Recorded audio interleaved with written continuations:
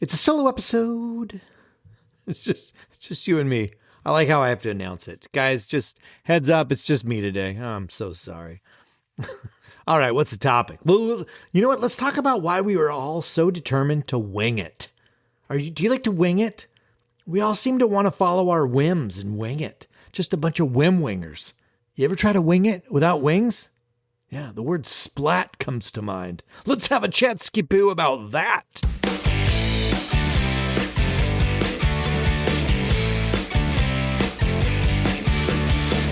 You are listening to ADHD Big Brother, the podcast for adults struggling with their ADHD, their comorbid depression, their anxiety. Oh, it's just a hoot. I'm your host and your ADHD Big Brother, Russ Jones. I've got ADHD too. I've got depression as well. It's crap-tastic. So let's learn some stuff. Let's laugh at some stuff. Let's make some commitments to do some stuff. And ladies and gentlemen, here's some stuff. All right, welcome to the podcast. All right, thanks for showing up, everybody. Let's chat it up today. Let's you and me, no guests. They can all wait in the green room. Okay, we're not bringing anybody out today. They can stay in there and they can enjoy the charcuterie board with the cheeses that I've provided. I selfishly just want to have you all to myself today. As many of you know, we do a quick ADHD Big Bro business up at the top, along with the mental health report. Let's check in with ADHD Big Brother Corp. Stocks are doing great. Shareholders at ADHD Big Brother are happy as could be. Third quarter report earnings have been solid. I don't know anything that I just said because I'm an idiot. And that's okay. Here's what I know. The ship is sailing good.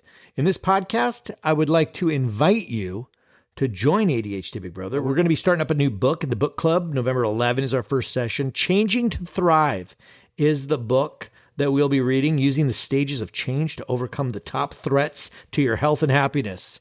All right? That sounds good. I would love to overcome the top threats to my health and happiness. Oh, my word. Written by James and Janice Prochaska. I think that's how they say that, Prochaska. It's the same last name. A couple of PhDs. You think it's a husband-wife team? Maybe it's like they're the Prochaska twins, the famous Prochaska twins, brother and sister. Maybe it's a father and daughter. Maybe it's a mother and son, grandma and grandson. I don't know. And I'm not going to look it up either. I'm just going to pretend whatever I want. You can go ahead and Google your chatbot and tell me what the truth is. All right, but you're invited. If you're a book club type person, get the book, have the first 3 chapters read by November 11th, and the price is perfect. The price is perfect right now for joining. In my mind, it's the most effective way to get unstuck and get consistent.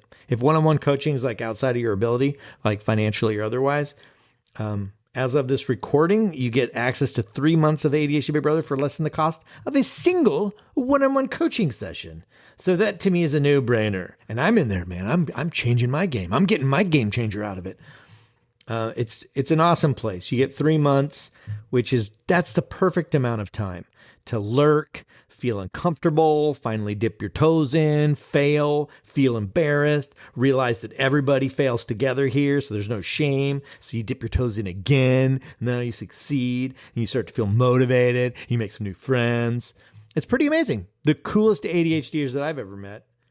All right, it's time for you to join. No more thinking about it. No more, I've been meaning to. We got about 60 people in there right now.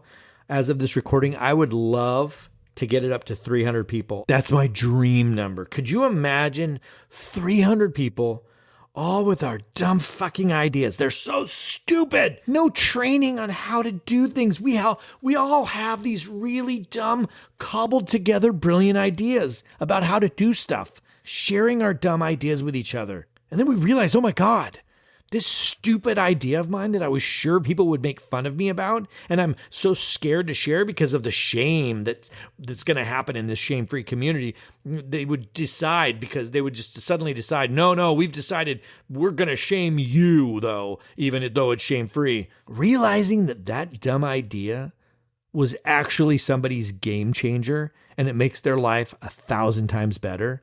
And then we marvel at it and we're like, oh my God, I thought this was just a stupid idea that everybody already knew about because it came naturally to me. So I thought it was basic and dumb. Turns out, Gam Chandra. So get in there. Get on in there. Get in there before I raise the prices. Oh my God. And you know what? I literally hate when people, I'm like, I dare you to give me a countdown clock. I will absolutely, anytime I see a countdown clock, it could be the greatest program in the world. I'm not doing it. Just to prove to you that I can hold out past your goddamn deadline. So I don't mean to be that way with you. I'm just saying that at some point I'm going to raise the price. I have to get it closer to what the value that's provided in there. So take advantage of me. Get in there, get in the current price. God damn it. And I'm warning you, I'm a productivity coach. I know how to schedule a work session to do the work here. I just don't want to do it right now. So I don't know when the countdown clock's going to start. So it's like, well, you and me are going to play a game of chicken right now. If you've been on the fence with joining, you and me are going to play a game of chicken. Who can hold out the longest? All right, so that's it for the biz. That went on too long. Let's talk Skull Spaghetti, the mental health report, and we'll make this one quick. We're trying to normalize talking about our Skull Spaghetti, the good, the bad, the weird. With ADHD, oh my God, good Lord, what is it? What do you got? Anxiety? Is that your bedfellow? Mine's depression. ADHD comes with a lot of baggage in the brain area. And so here is my mental health report. My mood state is pleasant. Yeah, it's pleasant. Thank you. Yeah, I feel good. I feel good about it. Sometimes I have anxiety right before bed as I'm laying down to sleep, but that has been missing the past week. And I think what I've done that is working is I eliminated looking at the news before bed. That has really, the act of staying informed right now, it comes at a massive emotional toll for me. And I'm sure that's for a lot of us, many of us at a much higher emotional toll than myself. So I don't do it before bed, right before my snoozies. What I do before bed is I read something fun. Like right now, Descent to Avernus, the D&D campaign I will be DMing in the next 9 months. That's fun. I like reading fantasy. What a nice escape. So mental health report is awesome. Thank you very much. And a really quick fun report. I was published in Time Magazine this last week. Super cool. I was interviewed for an article on the worst things to say to an ADHDer. So I'll put the link in the show notes. So if you're interested in the things that you should never say to me, enjoy. All right, let's talk about winging it. I actually had to look this one up. I have this condition, this mental condition where when I hear common phrases, now that I've been saying all of my life, that I know why I say it, but I have no idea what I'm actually really saying, I have to look it up. When I say wing it, I think of wings. But the phrase apparently comes from the 19th century in theater. And when performers would stand in the wings, in the wings of the stage, off stage, left and right, perhaps they're an understudy, awaiting, perhaps having to go on at a moment's notice. In the wings, that is winging it. It's when you have to do something with a lack of preparation. Do you find it odd that we're so hell-bent on following our whims, like going with what feels right in the moment and putting off anything that creates even the mildest tension around anything that has not reached some heavy consequence-making level of urgency?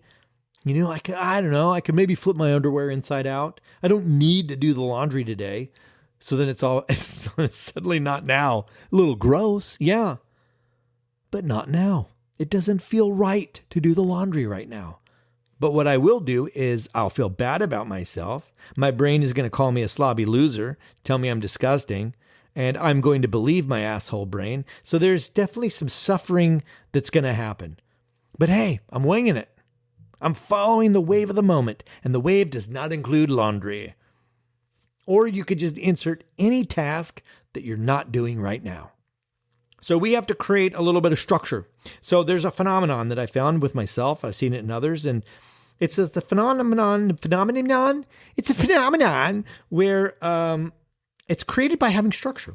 With more structure comes more time for unstructure. And what do I mean by that? Well, I was told you weren't going to be asking any follow-up questions. So that's a little rude. But I guess, okay, here we are. Okay, I mean that when you spend your days winging it with no plan and following those whims, which is what feels right, that feels the rightest for ADHD in my experience. So we do that, so much time gets wasted. And the result is feeling like shit about ourselves at the end of the day because, oh God, I squandered another day. There goes another one. And then rather than do anything about the squandering, we kind of tend to want to escape that bad feeling through, I don't know, video games or alcohol, your pornography maybe, or marijuana, or like doom scrolling, or binging on calories, or Netflixeries, or YouTuberies, things of that nature. You want to get on the other end of that? Like I do. How do we do that which repels us? How do we eat the metaphorical veggies of productivity? Like it feels wrong. It's gross. And I feel like I need to get your buy-in here. like an infomercial. What if I told you could get 3 hours of fun time back in your day to follow your whims? Would that be something you'd like to try? Well, come on over for $39.99. 3 easy payments. Let's do this, all right? So with ADHD, there's no simple fix. It's a multi-layered deal. But I will tell you exactly this part of what it takes. And then you seek out accountability to get your follow through going. You join the ADHD Big Brother community. You get yourself a coach. You get whatever it takes. Step 1, you need a calendar, right? Don't you though? There's a lot of places out there in the coaching environment where I try not to say that you need stuff. I really believe that everybody's unique. So we all have to explore our own needs. Except this, you're dead in the water if you don't have a calendar. You're a floating corpse bashing on the whitewater rapids of your life. Throw a stick in the rapids sometime and tell me that's not an ADHDer trying to navigate life. Hauling ass, making some great progress. Look at him go, superpower. All right, buddy. Hyperfocus. All right. And then smashing into a rock, spinning in circles indefinitely in some sort of like a random current swirl. And then it finally gets out after God knows how much time. And then the stick kind of sticks into the shore and it just sits there. And then the sticky outy portion is slowly, ever so slowly, it just starts, can we just get a goddamn calendar? On your phone, an external one on your wall. How could you record and remember appointments? And if you don't know, what are you doing? Do you pay an assistant? Have you outsourced this burden to your spouse? And how's that going? Are they cool with that? Or do you keep having that I'm sick of being your parent conversation? Or are you like one of those bajillions of ADHDers who really like, I'll just remember it. You're relying on remembering, which is a cardinal sin of ADHD. Your new mantra is, what can I do to give myself permission to forget? It's a calendar. And then before the excitement and the novelty of figuring out how to schedule your day, before the bug strikes that makes us go like, oh gosh, I see how it works. I get it. And now because I get it, I'm going to schedule everything. I'm going to be the best at it. And 5-minute increments my entire day, starting now. Let that fire ignite. Enjoy the feeling of it, like that feeling of like, all right, I understand, I get it. And then let that fire die. My goal for all of us, myself included, is to add a little bit of structure, just a little more structure than I currently have. And then that's it. You will be a superstar of time management and your schedule with consistent effort over 3 to 6 months. But this week, what's a little more structure to you? What's one little piece of structure that you can implement this week? What do you want to get done this week? Because everything's important, right? Everything that your brain spits out has some level of importance, and important stuff usually sucks. No biggie, that's the deal. So when are 1 or 2 places in your week when you foresee that you'll have the executive function energy, juice, dopamine power to do something on your turd mountain of tasks? And who gives a shit what it is? We're going from doing nothing to the art, to the structure of doing a thing as if it were an appointment. So it doesn't matter what it is. It's just practice. When you go from doing nothing to doing something, it can be anything because anything is better than nothing. Isn't that something? My whole mission here with ADHD and productivity is to get us from doing nothing to doing something, and to do that with some level of confidence in our ability to do it consistently. And we will complicate the bejesus out of it. We will overthink it. We will have anxiety about it. We'll feel hopeless about it. We will sit paralyzed about it. We'll ignore it. We'll run from it. We will absolutely wear the concrete shoes of perfectionism about it. And I'm here to try to make this as easy as possible, whatever it is. And it all starts with your calendar. Gotta have a calendar. That was Batman, by the way, bashing into your house and telling you, you've got to have a calendar. And the challenge this week is to pick 2 45-minute blocks of time. That's it. 2 little blocks in your otherwise chaotic world. Just 2 fun little blocks. And where is that in your calendar, in your schedule, in your life? And then decide in advance, what are you going to work on specifically during those 45-minute blocks of time? Make sure that you have the answers to the following questions. Is anything likely to come up during that block of time that would take priority? Okay, you got to pick a different time then. Will people in my family need me during that time? Okay, that doesn't work. Pick a different time. Historically, at this time that you're picking, do you have the bandwidth to work on this? And if the answer is no, then pick a different time. Be thoughtful. We aren't just randomly guesstimating. I get this quite a bit. Like, I don't know. I could probably fucking work on it. Maybe I could do it like Friday, somewhere around 3 p.m. If I were coaching you, that would never fly. That is the vaguest goddamn, and I guarantee that it won't happen. There's so many loopholes built into that your brain will grab, because your brain, if it can find a loophole to not do a thing, it's going to take it. Try this. Thursday at noon.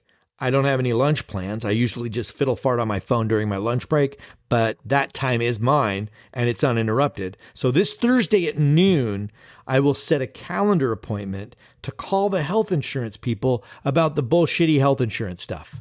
And then you put that in the calendar for Thursday at noon and the reminders, the alerts, whatever. And you put the phone number in the calendar notes so that you don't have to find it. That's a tension point. Along with your medical ID thingy, that's another tension point. That little piece of structure, it allows you to forget about the health insurance stuff. And when you practice the art of doing the thing that you said, this structured thing, you eliminate one more nagging piece of to-do that continues to chip away at your brain, reminding you that you suck, that you have stuff to do, that you keep not doing a thing, and there's a consequence coming, and blah, blah, blah, blah. That little piece of structure, when you do these things, they free you up. And now at the end of the day, maybe you want to chill out. So you chill out, shame-free. No nagging things looming. And if there are, you can easily let it go, because you already scheduled it. Or you will have it scheduled because the thought has already been captured in your one notebook. Or you will capture it in your one notebook so that you can quickly get back to chilling. And that feels good. To me, oh my God, that feels great. You know how much less stress is in my life because my to-dos and my world has a little more structure to it. It's freaking awesome. I hope that helps, guys. If you have any questions about this, any of this, just reach out. If I can help you, I will. And if you need that extra one-on-one help, just book a 30-minute call. And if I have availability for a good fit, we'll work together. Or you can click on the link to learn more about joining ADHD Big Brother. We want your dumb ideas. Come get supported. Links are in the show notes. And with that, I hope you guys have a great week, and I will talk to you later.